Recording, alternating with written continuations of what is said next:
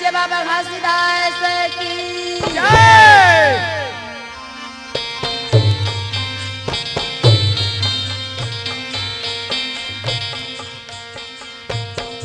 सत्यनामी सत्यनामी सत्यनामी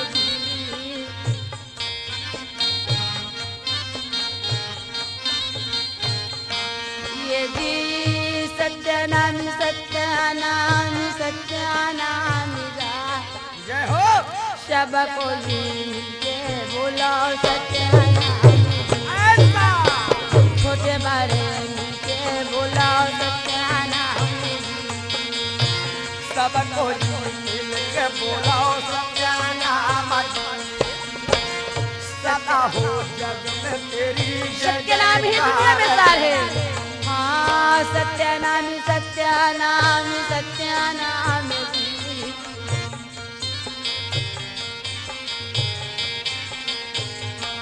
ये जी सत्यनामी सत्यनामी सत्यनामी सबको जीन के बोला सत्यनामी सबको जीन के बोला सत्यनामी सदा हो जग में तेरी जय जयकार बाबा सदा हो जग में तेरी जय जयकार।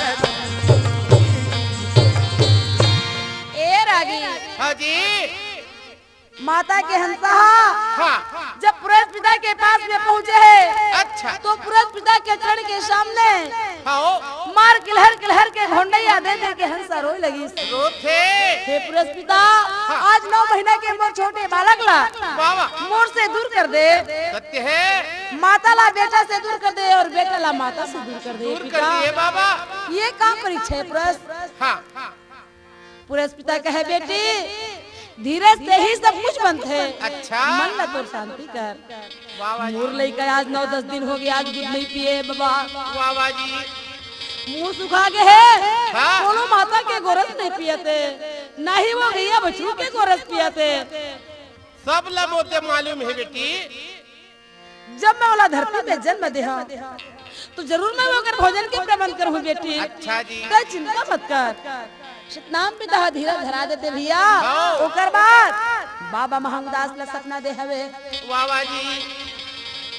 और सपना के साथ फिर हाँ। पुरस्कार पिता रहा तो फिर कैसे चलत है। कैसे गिरौ दया वही वो महंगूदा से घर में गैया संगे माया वैगा सदपुर बन के चारा गिरौ दया वही महंगो पापा घर में गैया संगे मिया मैं हो सदगुरु बन के चारा।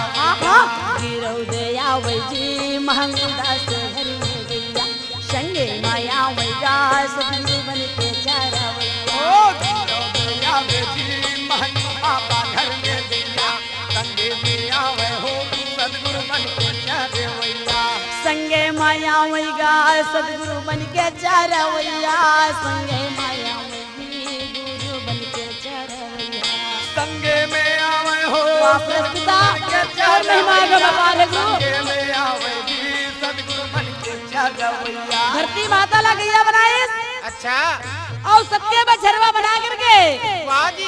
पुरस्कार पिता स्वयं चरवाहा बन के हे महंगूदास बाबा के घर में पहुँचेगा। बाबा जी। हिला तो कहे है नोनी का के है जब जब धरती में अधम बढ़े होए पुण्य का नाश वावा और सत्य नाम तरधार बन के घासीदास। अच्छा गिरो दया बेजी महंगो बाबा घर में वावा संगे में आवे हो सदगुरु बन के चले भैया। गिरो दया बेजी महंगो बाबा घर में गैया संगे में आवे हो सदगुरु बन के चले भैया।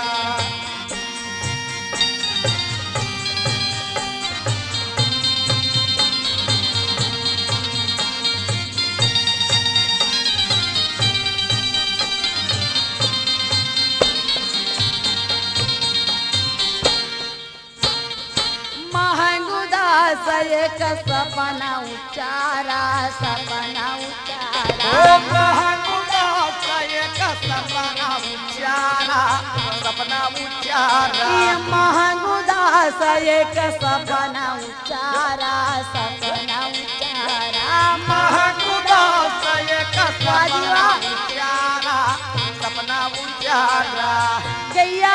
बछुरा खड़े रहे द्वारा, खड़े रहे द्वारा। ओ गैया बछरू खड़े रहे द्वारा, खड़े रहे द्वारा, खड़े रहे द्वारा, खड़े रहे द्वारा, खड़े रहे द्वारा, खड़े रहे द्वारा, भैया खड़े रहे द्वारा, खड़े रहे द्वारा।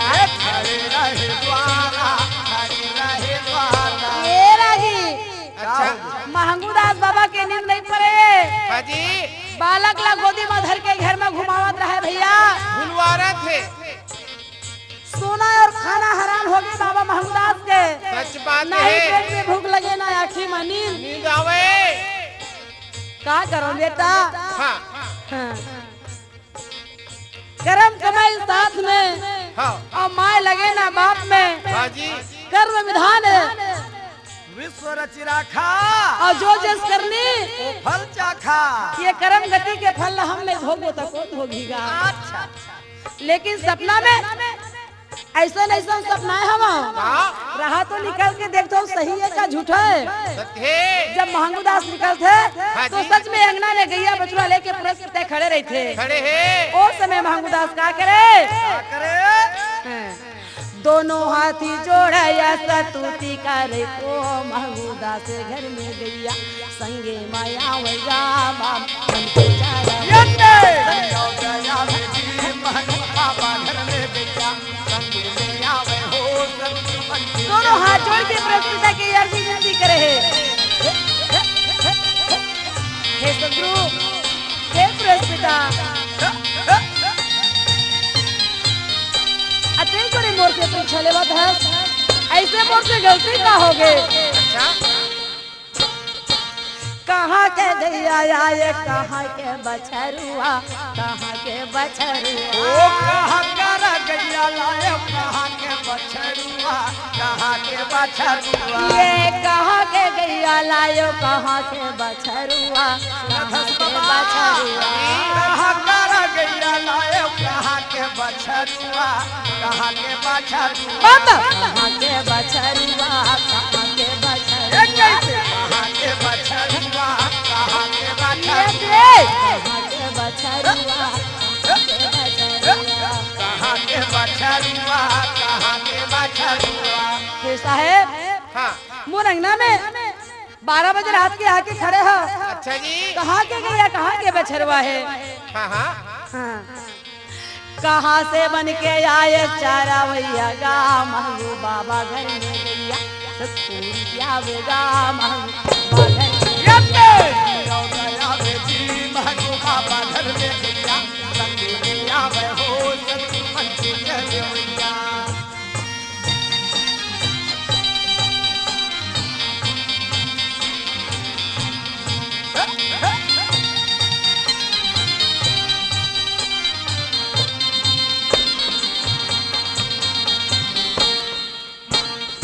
महंगूदास बाबा ला हाँ जी धीरज धराते हुए आहा सतपुरज बोले है महंगूदास वाह वाह अब चिंता करे के दिन हतोर निकल गए। निकल गए जी। हाँ। चिंता तो दूर हो गए। आहा सुन मैं बतावत हूँ कैसे गौलोक लगैया लागे सती के बछरुआ, सती के बछरुआ। गौलोक लगैया लायो सत्य के बछरुआ, सत्य के बछरुआ। ये गौलोक लगैया लागे सती के बछरुआ, सती के बछरुआ। ओ गौलोक लगैया लायो सत्य के बछरुआ, सत्य के बछरुआ। बेटा सती के बछरुआ, सत्य के बछरुआ, सत्य के बछरुआ, सत्य के बछरुआ। ये सत्य के बछरुआ, सत्य के बछरुआ। ए बाबा सत्य के बछरुआ, सत्य के बछरुआ। ये महंगदास हाँ बाबा मोला चिन्हा था नहीं चिन्हता जी। मोला नहीं पहचानेगा। नहीं बाबा सतपुरस गुरु आयो चारा वैहा गा महंगूदा से घर में गैया संगे मालाय दी बन के चारा वैया। मैं संग में सेम सतपुरस तोर बेटा के भोजन के प्रबंध करे हैं महंगूदास। अब सोच मत महंगूदास अब तो सोचे के दिल रहम दे महंग उदास सत्य है। सतनाम पिता रहे तो वाह। महंग उदास न कहे हाँ। गौ लोग से गैया लाए सत्य बछरवा मैं सतनाम पुरस बाबा चरवाहा बन के यहाँ चरवैया बन के यहाँ महंग उदास हाँ जी। एक गैया बछड़ा तोर जगह सौंपे बना हूँ ऐसे अब एक नियम हाँ हाँ, गैया के गला में रस्सी मत लगावे बेटा अच्छा जी। ये गैया ला बांध के तोर घर के अंदर मत रखबे ओहो कहूँ आ कहूँ जा पीछे ये कर बर्तन चिंता मत करबे सत्य है। पुरेश पिता कहे घासी चिन ले बेटा मैं मृत लोक के प्राणी नहीं अच्छा ना ही ये मृत लोक के गैया है ओहो। ना ही ये मृत लोक के बछरवा है तब गौ लोक के गैया तोर बल्ला है मैं सब पूरा से याद देखता तो चरवाहा बन के आए हम बेटा गैया पहुँचा बा घास रहा तो धीर लगा के नैन धीर लगा के भैया आँखी खोल के 2 बूंद 4 बूंद 6 बूंद पीस 7 बूंद पीस का बात कि मुंह तो सुखा गे रहा हाँ है जी। तारा सुखा गे रहा है आज देखो 7 बूंद गोरस पिला करके बाबा महमूदास के गोदी में दे दी अच्छा और सारा नियम ला बता दी वाह वाह। ऐसे प्रकार के गुरस निकाल में महमूदास हाँ। और तोर बेटा घासी ला पिलावे और बड़ा प्रेम के साथ में तोर लइका लाते बड़े कर ले महमूदास वाह वाह जी। तोर बेटा सच में नाम जगह ही और तोर बेटा हा दुनिया में नाम जगह ही के आशीर्वाद दे के चले जावा था वे भाई अगर गैया तोर बेटा बड़े हो जही तोर बेटा दाल रोटी खाए के लायक हो जही तो गैया छोड़ के कहूँ चल दी तो चिंता मत करबे गैया कहाँ चल दी कह के गैया अपन लोक में पहुँच जही बेटा सत्य है। सब बात ला बता करके सतनाम पिता अंतर ध्यान हो जाते हाँ अब यति बाबा महमूदास हाँ जी। 4 पहाड़ रात ले बिताई भैया खुद बहन जी आज देखो गैया गैया के पास में जाते और उसी नियम से गैया से गोरस निकाल के अच्छा। बालक ला कैसे पिलावा था वे भैया बालक ला गोरस पिलावा था रे भाई हाँ बालक ला गोरस पिलावा था वे बाबा बालक ला गोरा पिलावा था रे बाबा ऐसने नियम के साथ बालक ला गोरस पिलाए भैया इसी प्रकार 8 दिन के 15 दिन के 30 दिन के महीना बीत गएगा एक दिन बाबा महंग उदास ला माता अमरोती फिर सपना दे है का सपना दे है तय काम पुता में जावे हो ता घर में कौन रही तोर लइका ला कौन देखी ही और कतेक दिन ला ते लइका ला बैठ के घर में रहीबे लड़का के रखवार चाहिए। और कतेक दिन ला ते बैठे बैठे कहां से ते चीज जुड़ा के खाना खावे वाह वाह जी। बनती से हाँ। मोर मैके में जा करके मोर छोटे वाले बहनी हवे करुणा हाँ वही करुणा ला लेते दाई दादा ला बोल के ला लेते तो करुणा तोर लइका ला संभाल देती संभाल लेती जी। कहा देरी करत कोई देरी नहीं जैसे रात पहाते बाबा महंग उदास रहते हैं ग्राम मड़वा मटिया में जाके वाह वाह जी। सास ससुर से बोल के हाँ। आप देखो माता मरोतिन के छोटे बहने क्यों ना लड़ा ली अच्छा और जब कोरोना अपन घर में आ जाते कहा गिरौदपुरी में जी सत्य है। आज बालक ला देख के बड़ा खुश हो जाते राजी वाह वाह जी। मन में बड़ा आनंद हो जाते हाँ बहनी के बेटा है तो का हो सही लेकिन बात। मोरो बेटा है हाँ वो आज मैं सच में कहा था कि माता के सारा दुलारिये बालक ला देहू करके आज कोरोना माता रहते मन में प्राण ठान ले जी होएगा सब भाई और मन में प्रण ठान के एक मन ला लगन लगा करके अब बालक के कैसे सेवा जतन करत हवे हाँ जी। सुंदर दिन हमरा बीतना जब लगे भैया भजो सपना भजो सपना 2 महीना के मोरा बालक जब हो गे दाई जपो सपना भजो सपना कोरोना ला 2 महीना हो गया है हाँ जी।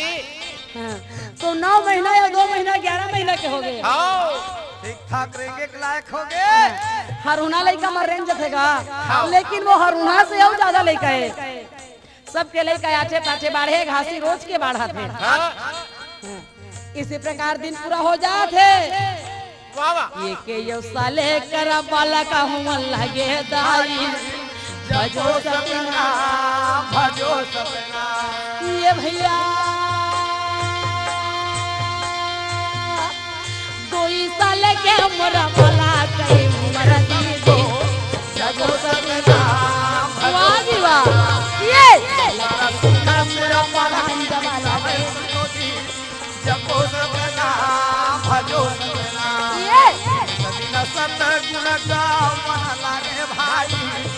जपो सतनाम भजो रघुनाम। बालक के उम्र बढ़े लगी, हाँ। 2 साल के हो गए, ठुमुक ठुमुक रनमर खेले के लायक हो गए। हो गए। हाँ, अब वो लड़का घर भीतर नहीं रहा है, हाँ वो तो हमेशा गली के ओर भागते। आगे जब गली के ओर बार बार जाते ना, हाँ। तो माता करना एक दिन सोचते का सोचे। मैं काम मुद्दा में मिल रहा था। हाँ अब ये लड़का घेरी बेरी बाहर में चल देते। निकल जाते। मोला पता कैसे चली अरे कोई कि चीज मोर हाँ। लड़का अंगना में खेला थे कि घर में खेला थे कि भीतरी में खेला थे कि घर के बाहर खेला थे। हाँ जी ये विचार लगा करके बड़ा समझदार लड़का है कर्नाटक है। अब वो लड़का बुद्धि भी रहा है। हाँ बाबा महंगूदास लगत है, सुना था। हाँ छोटे छोटे घुंघरू लान देवी ऐसे और छोटे छोटे घुंघरू नान में ना तेला मैं घासी के गोड़ में पहिरा हूँ। ऐसे कहत देरी करे कोई देरी नहीं भैया। वाह जी। छोटे छोटे घुंघरू महंगूदास बाबा लाइस, हाँ तेला करना गुद के वो बालक के पाँव में पहनाइस। पहना दी। वो घुंघरू के मायने समझा था रागी। नहीं मालूम। अगर घुंघरू गोर में बंधा है, तब लड़का घर में घूम घूम के अंगना में खेला थे। खेला थे। माता ला संकेत है कि मोर लड़का घर से बाहर नहीं नहीं गए, गए। मोर लड़का घर के कोनो कोना में खेला थे। खेला थे। काबर की घुंघरू की आवाज माता के कान में आवत है। हाँ जी और जैसे घुंघरू की आवाज आना बंद हो गए, वाह जी। माता ला पता चल जाते कि मोर लड़का घर से बाहर हो गया। आज घुंघरू की आवाज कैसे नहीं आवत पता है। चल या जाए। एक जगह बैठे हो ही लकर धकर बुता छोड़ देते और वो लड़का ला खोजे पर निकल जाते। वाह वाह। ये प्रमाण है घुंघरू के। आऊ दूसरा बात, क्या बात है। जंगल झाड़ी के तीर गिरौदपुरी गांव होगा। सही बात है ताई।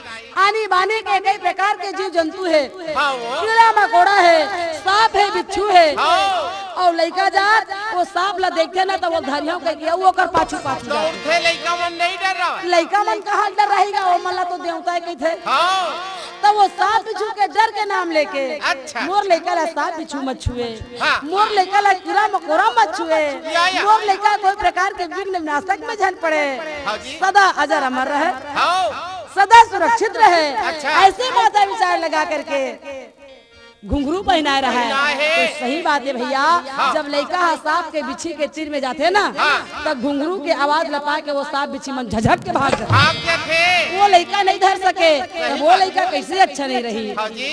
इसी प्रकार दिन बीते लगी। अच्छा जैसे जैसे रात और दिन बीते, वाह वाह जी। आज वैसे वैसे घासीदास की उम्र बढ़े लगा थवेगा। मैं कहाँ तक के बात ला बताओ रागी। अच्छा जी। या देखो 2 साल के 3 साल 3 साल के 4 साल 5 साल की उम्र हो गए भैया। वाह वाह। हाँ। जब 5 साल की उम्र हो जाते, हाँ। माता पिता बड़ा खुश हो जाते। हाँ वो छूम तो छना नागा, अब तो हीरा ना चना तेरा जोड़ी।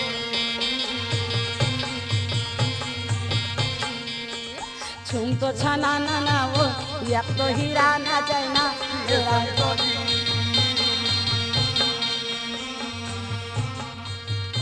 बाबा महंगूदास हाँ जी। काम में जाए बर वाह वाह। जल्दी जल्दी खाना खाते रहे थे। हाँ हाँ। घासीला तब खिला थे। हाँ वो ये ले घासी, हाँ तो हो दूध रोटी खा ले बेटा। हाँ। मैं काम होता में जावत हूँ हो। और तोर माताल पदो में झन।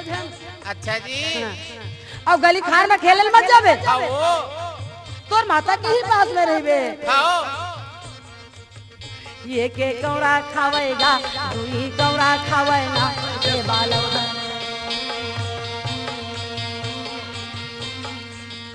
हंसी हंसी महंगू भोजन खिलावेगा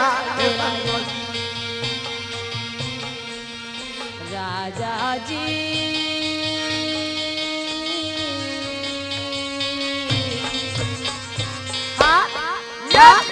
माता यो पिता हागा आनंद होई जावना राजा। मना में बाजना का बाबा होई जावेना के संतोषी। सब दीन बाबा के रंगवा लगेला के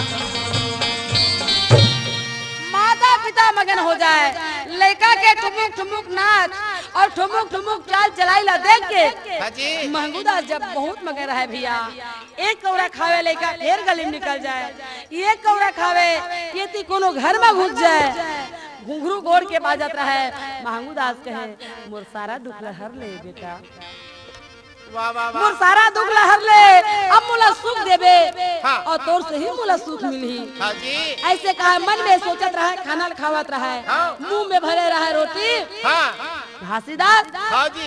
और घर ला खेले ला छोड़ के अंगना में निकल गए। वाह वाह। अरे अंगना ला निकल छोड़ के और बाहर में निकल गए। हाँ। जे मेरे लड़का मन खेलत रहा है, हाँ। वो लड़का में चल दी, वाह वाह जी। पानी गिरे रहा, हाँ। चिखला माते रहा, माते हैं। वही में यहू जाके मगन हो गए हैं। तो कैसे आई जौने समय के बेरा ये वो चला वही चिखला में जाके खेला थे काला बतावा, वो चिखला ला वो छोटे बालक हा जेकर नाम घासीदास, चिखला मेगा देवेश तनाय पानी ला देख के चिखला में खड़ा हो के मार चभरिंग चभरिंग चभरिंग चभरिंग और पानी चिखला मतावैगा लाई बेटा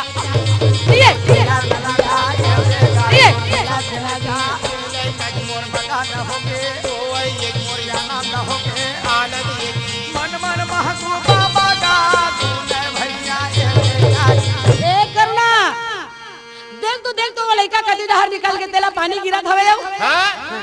दौड़त दौड़त महंगू निकल गए, खोजा थे बेटा ला ये घासीदा ये बाबू नजर लमा के ये देखा थे भैया लड़का मन संग में चिखलम खेला थे, दौड़त महंगू है गोदी में उठावा थे, गला के पंछा में मुंह ला पोछा थे, हाथ गोड़ ला पोछा थे, चिखला हो गए बेटा पानी में खेला था ठंडा नहीं लागेगा बेटा के माया अड़बड़े रागी और बाबा महंगू सोचेगा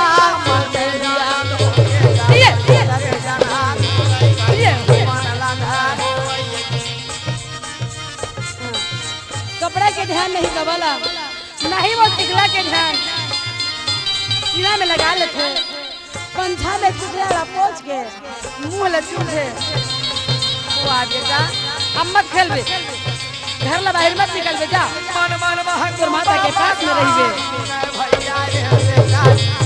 लाने पाके हाँ। करुणा माता के गोद में दे दी हाँ। और महंगू दास बाबा खेत में काम करे बर चल दी। हाँ जी। ये रागी अब करुणा माता हा हाँ।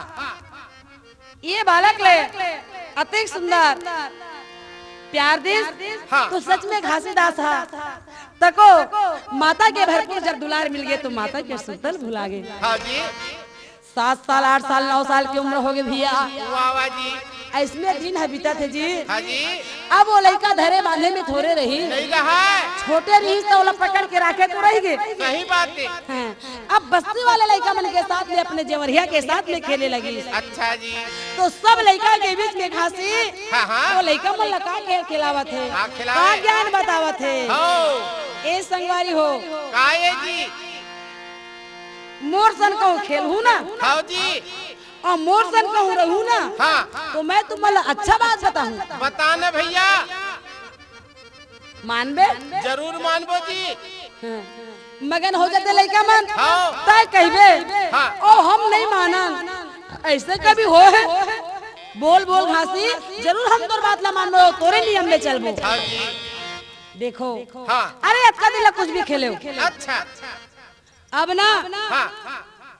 घर से आहू हाँ। तो अपन माता पिता के प्रणाम करके आहू, अच्छा जी। और खेल खेले के बाद घर जाऊँ हाँ। तब वो अपन माता पिता के प्रणाम करूँ। अच्छा। और काकरो से लड़ाई झगड़ा न मत करियो, नहीं करना है। काकरो से झूठ लभारी मत बोलियो, सच बोलना है। बिल्कुल सबके काम करना है, सच्चे ही बोलना है। अच्छा जी। कोई भी नशा पान नहीं करना है, हाँ। कोरोला उल्टा सीधा गाली नहीं देना है, हाँ। सत्य वचन करना है भैया, तब मोर संग मत खेलाओ। मान गए तोर बात ला मान गए हम। तो कैसे खेलना है कैसे? चल मैं तुम्हारा खेल के बतावा। चल भाई बताबे भैया।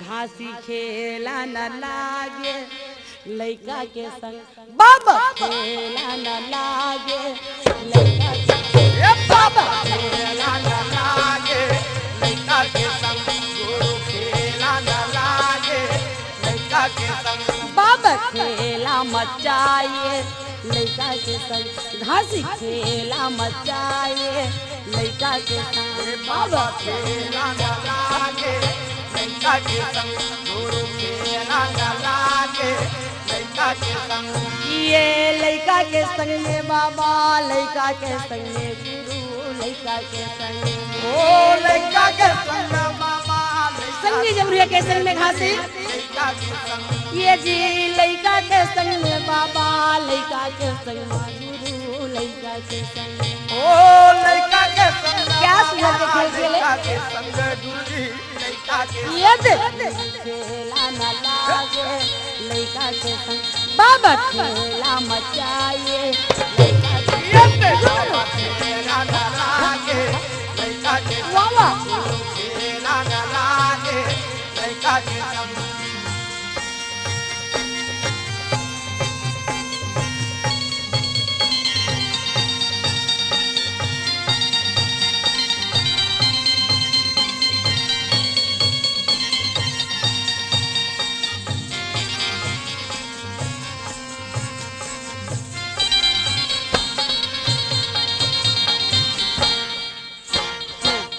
लड़का के संग में जब खेले ना हाँ जी तो लड़का मन का गाना गावे जानता है का गावत है सब लड़का मिला गावत है ददरिया गावत है ददरिया ओ सब लड़का मिला गावत है ददरिया गावत है ददरिया ये सब लड़का मिला गावत है ददरिया गावत है ददरिया ये सब लड़का मिला गावत है ददरिया गावत है ददरिया ये गावत है ददरिया हो गावत है ददरिया गावत है ददरिया वाह बाबा ये गावत है ददरिया जी गावत है ददरिया ए गावत है ददरिया गावत है ददरिया घासी सुन के कथे या ऐसने तुम वाला सीखो हो जी अरे हम इतने आते तब गावत हन जी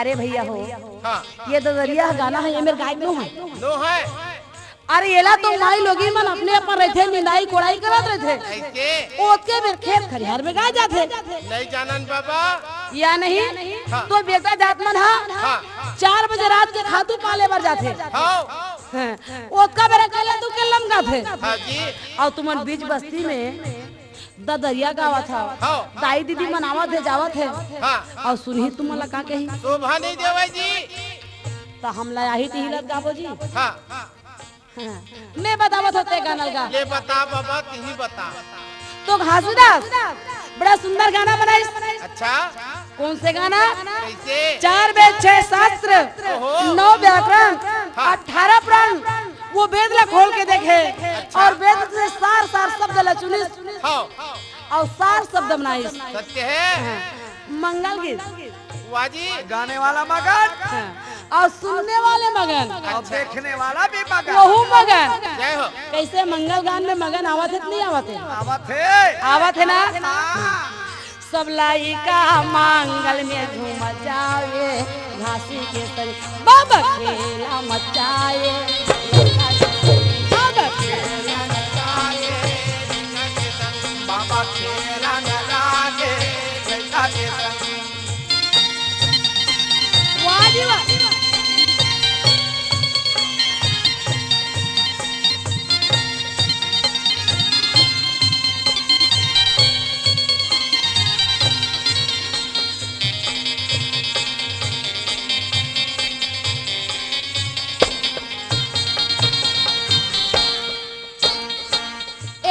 ऐसने गा गा के खेला हाँ जी अब मैं आवत हो कनी अच्छा घासी जान दिस ना हाँ ता लइका मन हम हाँ फिर का गाना गाथे का गाना गाते हो सब लइका मिला फागुन गीत गावे फगुआ गावे ओ सब लइका मिला फगुआ जे गावे फागुन गीत गावे ये सब लइका मिला फगुआ गावे फागुन गीत गावे ये सब लइका मिला फगुआ गावे फागुन गीत गावे ये फगुआ गावे जी फागुन गीत गावे फगुआ गावे फगुआ गावे ये फगुआ गावेगा फागुन गीत गावे ये फगुआ गावे फगुआ गावे घासी है फिर आई कान लटेर के सुनिस ये लइका मन ले बीचे सिखा कहा फिर का गाल धर ली भुला दौड़ गए। के आथे ए बुधारू आए समारू का हो गए ए चंदू का ये जी अरे तुमन ठोक ठोक बड़े हो तेमन तो सुधार कर ले ये मन बेचारा मन तो भला छोटे छोटे हवे अरे ये मन लग कहन तब होल नहीं मानी चीज है अपन मन के गावत है। लइका मन के मन में वो रहेगा हाँ जब तक गलत नहीं गाबो हाँ तब तक हमला आगे ज्ञान नहीं बताही नहीं बतावा है। हमला ओकर से ज्ञान लेना है ऐसे हमला ओकर से नियम सीखना है जान काबर के हमरा सत्य रास्ता में जाना है हाँ ऐसे कह के हाँ घासी बतावे कुछ हाँ और ये मन गावे कुछ जानबूझ के गलती करेगा। तो घासी कथे वो सन्नी गाय भैया हाँ जी अरे फागुन गीतला तो फागुन के महीना में गा जाते गाथे भैया हो। होली 8 दिन बचे रहते तो इसलिए गाते हाँ जी अलग अलग मौसम में अलग अलग गीत है जी अब ये गलत मत गाओ भैया छोड़ देबो अच्छा घासी चलो गोल के खड़ा होवो हाँ और मैं तुम्हारा पंथी नाचे पर सिखावा था अच्छा जी तो पंथी गीत गाए लगी हाँ सब लइका बाबा पंथी सिखावे घासी के संग गुरु खेला न लागे बाबा लागे लइका के संग बाबा खेला बचावे लइका के संग घासीदास गुरु ज्ञान लखावे लइका के वाह जी वाह ज्ञान लागे जय हो बाबा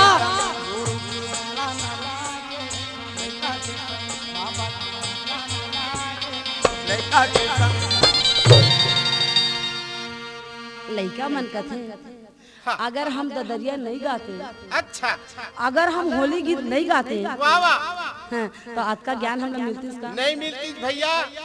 ऐसने ना जब ज्ञान लेना है हाँ तो वो कुछ बतावे हम कुछ कही देबो तो हमला आगे ज्ञान बताही अच्छा, वो ज्ञान हमारे मन के काम आई भैया लेकिन हमेशा गलत काम नहीं करन हाँ समय देख देख के कथे हाँ जी ए दे वो दिन के दिन है तो सोचत रहा नजर पड़ गए वो दिन के दिन है निकल के भैया संध्या के बेरा हो गए सब लड़का अपन अपन घर जाते तब वो कर सिखाए हुए बात ला मान के लड़का मन अपन अपन दाई दे पाँव पर थे वहाँ पर इस घर में पहुँच के और पाँव पर थे ना तो ओकर दाई दे दामन तक अचंभा हो जाते अतका दिन लाऊ लड़का मन आवत रही जावत रही तब एको दिन हमार मन के पाँव नहीं पड़े आज ये लड़का हमार कैसे पाँव पर थे कैसे पाँव पर थे कहाँ लगकर दूध आगे दाई ले बारगी सहित तेकर सती बुद्धि आगे तेकर सती परी से ऐसे समझ ऐसे वो एक जन है बिचारी हाँ। अब दूसरा घर के लड़का वही नियम करिस हाँ तीसरा घर के लड़का वही नियम करिस अच्छा चौथा घर के लड़का वही नियम करिस पूरा बस्ती के लइका वैसने नियम में चले धले तब है लड़का के बात ला घर के दाई दे जानी ही अब पड़ोसी नहीं जानी नहीं जाने तब पड़ोसी मन तरिया जाते न है तरिया बात है निकल जाते हाँ। आई आज तो कैसे हमारे के बुधारू ना मैं दाई खेले जातो कह के उत्तर धुरा पाँव पर लिस्ते कर बाद में खेलल किसे आई मोरो लइका पाँव पर सो वैसने मोरो लइका तोरो लइका पाँव पर से हाँ। ये दे 2 के जगह 4, 4 के जगह में 8 और 8 के जगह में 16 हाँ। और 16 के जगह 32 और 32 के जगह 64 ऐसने ऐसने पूरा बस्ती मोहल्ला हो गया हाँ जी सब जन कहते हैं मोरो लइका पाँव पर से मोरो लइका पाँव पर से मोरो लइका पाँव पर से हाँ तो भैया अब दाई मन कथे हाँ ये सब वो चाल है वो महंगू लड़का का है हाँ वही लड़का मला सिखावा थे ले कहीं नहीं हो खेला दे अच्छा बात कम है। से कम अच्छाई के रास्ते में तो ले गए थे हाँ वो मना मत करिए कोनो खेले कूदे भर कर हाँ ऐसने ऐसने दिन बीते चले जाते भैया वाह जी ए अब दूसरा दिन जब खेले बर आते हाँ तो खेलत खेलत नजर कहाँ पड़ जाते कहाँ जी हाँ। अरे वो गन्ना बारी में वाह और जब गन्ना बारी में नजर पड़ते तो लड़का मला देख के लालच आ जाता ऐसे तो कथे संगवारी काए अगर हम घासी ला कहा था हाँ भैया हम गन्ना खाबो कह के हाँ तो मांग दी हमर लिए हाँ। लेकिन 2 ठन 4 ठन दी तो अतक जन में का होही जी नान नान पाबो जी खाए जैसे तक नहीं लागे मजा नहीं आवे हाँ, तब कैसे करबो अभी असन हाँ। ओ घासी है वो डहर गे है बैठे है हाँ ओ करावत ल चलना हम गन्ना बारी बूता कर देता हाँ कैसे बूता जी अरे चोरी करबो ऐसे नहीं ज्ञान के मार्ग में जाके हाँ। सच्चाई के रास्ते में जाके चोरी करना बहुत पाप है हम नहीं जान भैया तेरी जाते मत यार हम जाता चल रे नहीं जान की नहीं जान हमू हो भैया हाँ। अरे वो लड़का के हाँ। बात ले सुन के 2 बार 4 बार जब वो रिपीट करी हाँ। तो सब लड़का के मन ला मोह डरिस एक तरफा और हो गया सब लड़का एक तरफा हो गए और गन्ना चुराए बार बारी में कूदा थे तब वो दुआरी में तो रखवार बैठे रहा अब पाछू को तिल्ली कूदी वो ऐसे तो चारों को लड़का बन बगर गए हाँ और वो रखवार हजार में चली करती बेचारा बेचारा और ये जम्मो लड़का फिर कैसे चलत है कैसे सबो संगवारी कूदे है गन्ना बारी जी सबो संगवारी कूदे है गन्ना बारी ये सबो संगवारी कूदे है गन्ना बारी सबो संगवारी कूदे है गन्ना बारी सबो संगवारी कूदे है गन्ना बारी सबो संगवारी कूदे है गन्ना बारी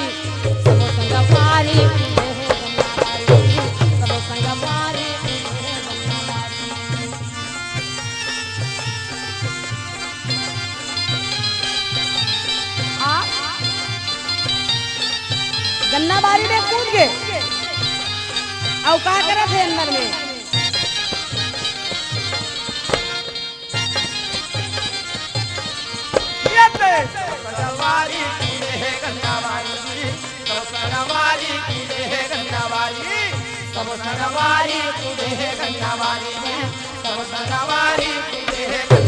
थोड़ेला खावे यो बहुतेला फेंके थोड़ेला खावे यो बहुतेला फेंके कोनो नुन छुरा रहा है चल फेंक देवे ज्यादा मीठ रहा है उहिल चुहल चुहल के खावेगा ये मीठे जी ये नहीं खानी है रे फीका है थोड़ेला खावे यो बहुतेला फेंके थोड़ेला खावे और बहुतेला फेंके ये बहुतेला फेंकेगा बहुतेला फेंके बहुतेला फेंके बहुतेला फेंके फोकट के पास फेंकत लखाए गई थे हाँ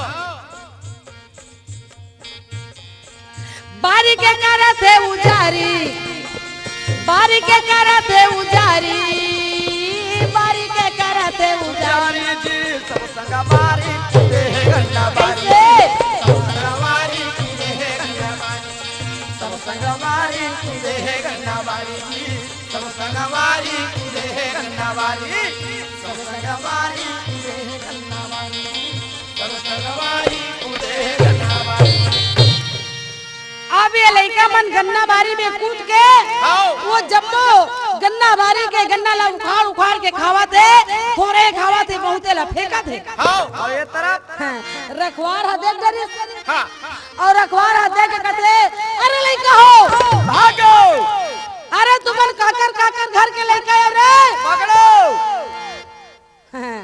जब वो चिल्लाते नहीं तो लड़का में ना भागो कह के भारी ला कूदत रहे दौड़ो दौड़ो रखवार भाई बारी के छोरा भागा थे दौड़ो दौड़ो रखवार भाई बारी के छोरा भागा थे ये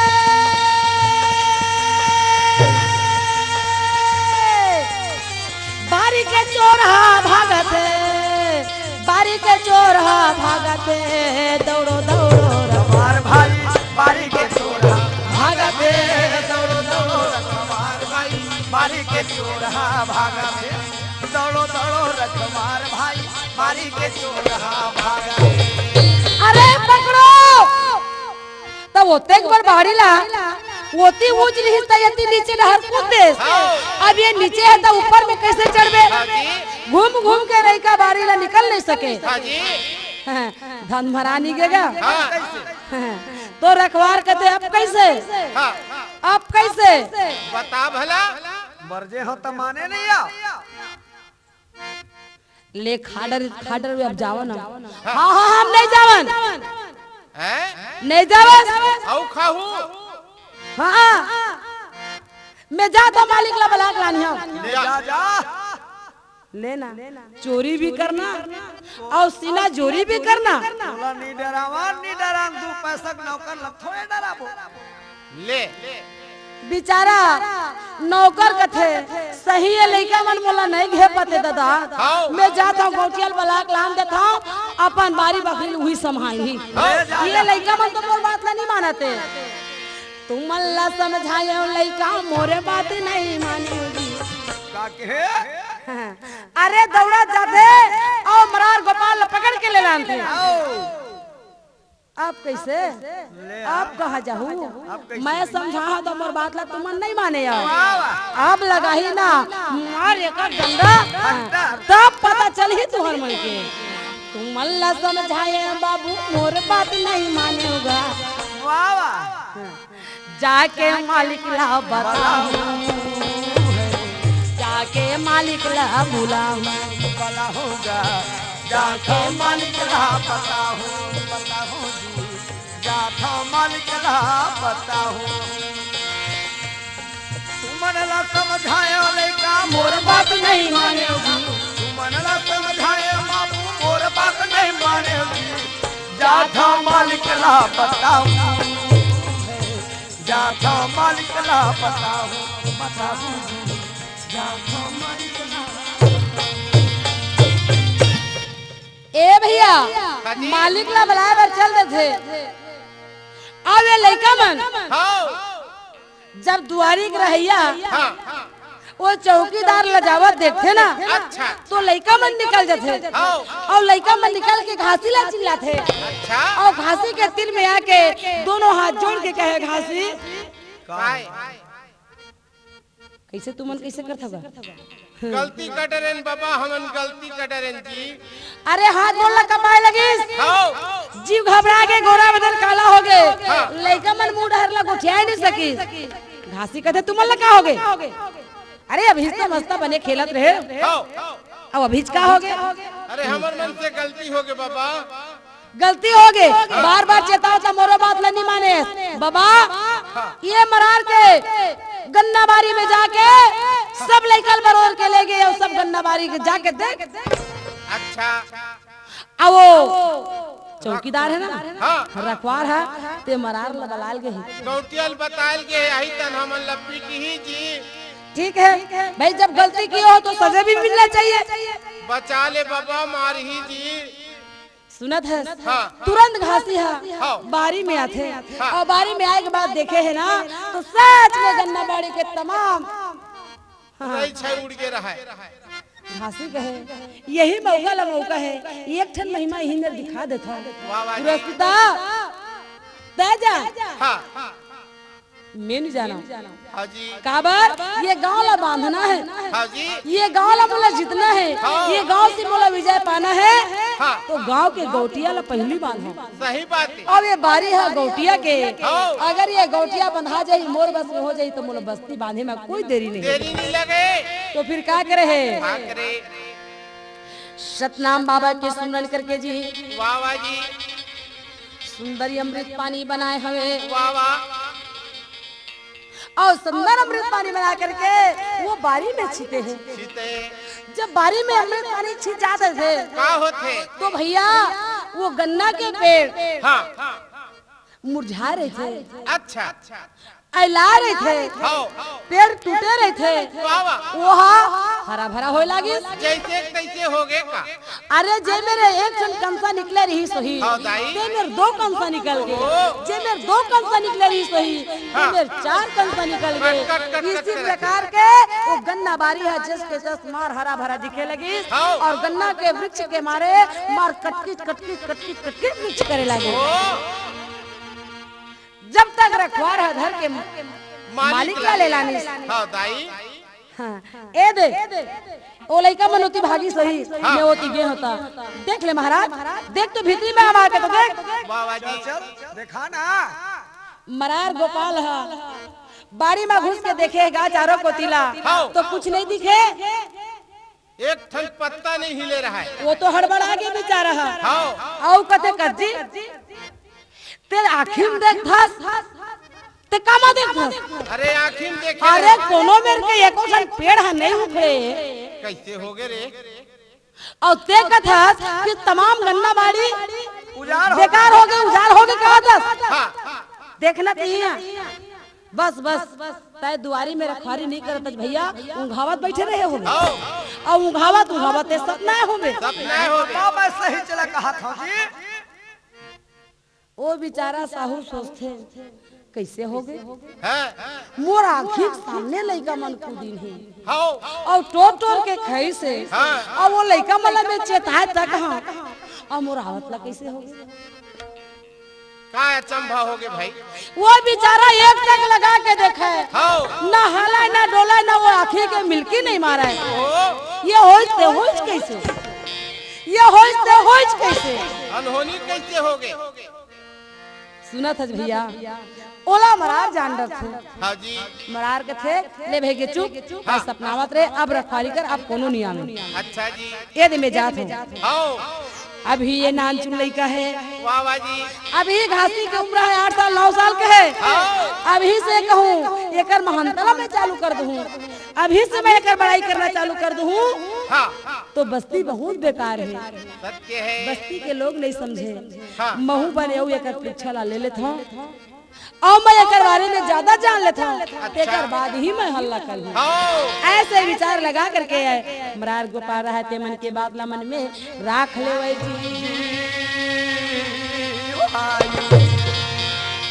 एकर बाद अब घासी सब लइका ले खड़ा करा के दंड देवा थे भैया हाँ आज के बाद हाँ और ऐसे गलत काम कबो मत करी हो करण कान अब पकड़ो। ऐसा गलत काम करी हो तो अभी से मोर संगला छोड़ देवा तो सब लइका मिलके दोनों हाथ जोड़ के फिर का गावत है चरला तोरे नहीं छोड़न बाबा चरला तोरे नहीं छोड़न चरला तो नहीं छोड़ा बाबा चरला तो नहीं छोड़ा चरला तोरे नहीं छोड़न गुरु चरला तोरे चरला तो नहीं छोड़ा बाबा चरला तो नहीं छोड़ा काबर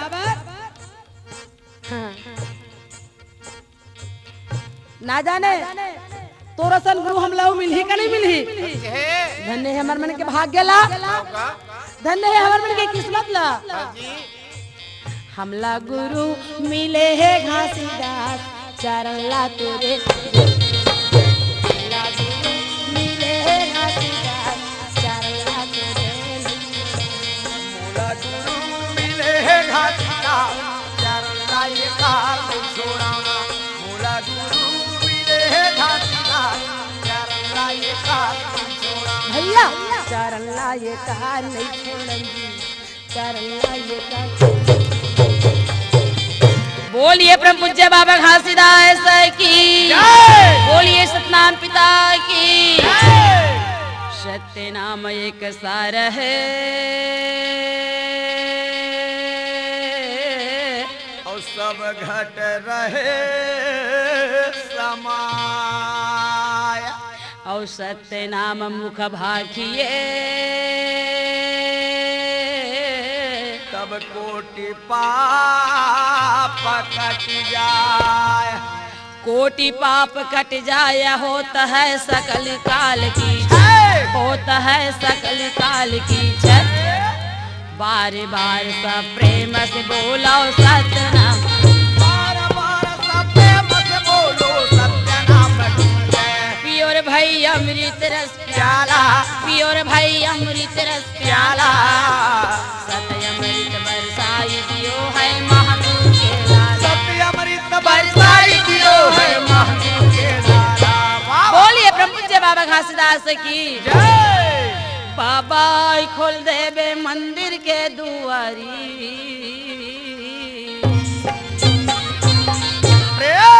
गुरुजी खोल देवे हृदय के किवाड़ी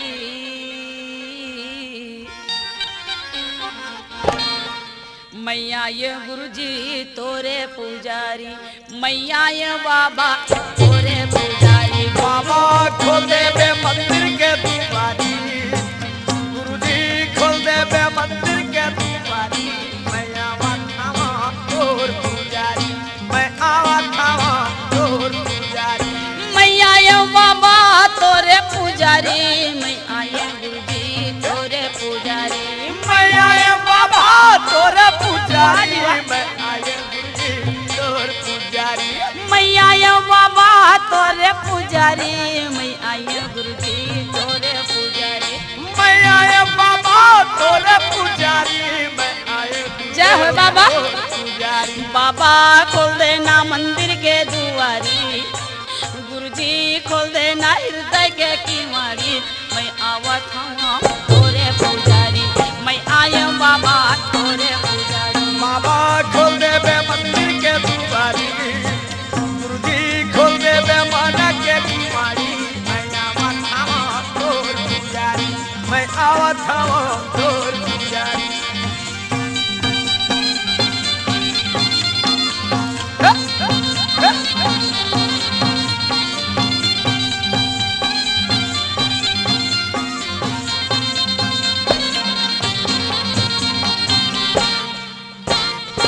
सोने के थाली में आरती सजाए, हाँ आरती सजाए। ये सोने का थाली में जय हो बाबा। आरती सजाए। ये जी सोने के थाली में आरती सजाए, हाँ आरती सजाए। ये हाँ सोने का थाली में आरती सजाए हो, आरती सजाए। ये पाना सुपारी वो नारियर धराए, हाँ नारियर धराए।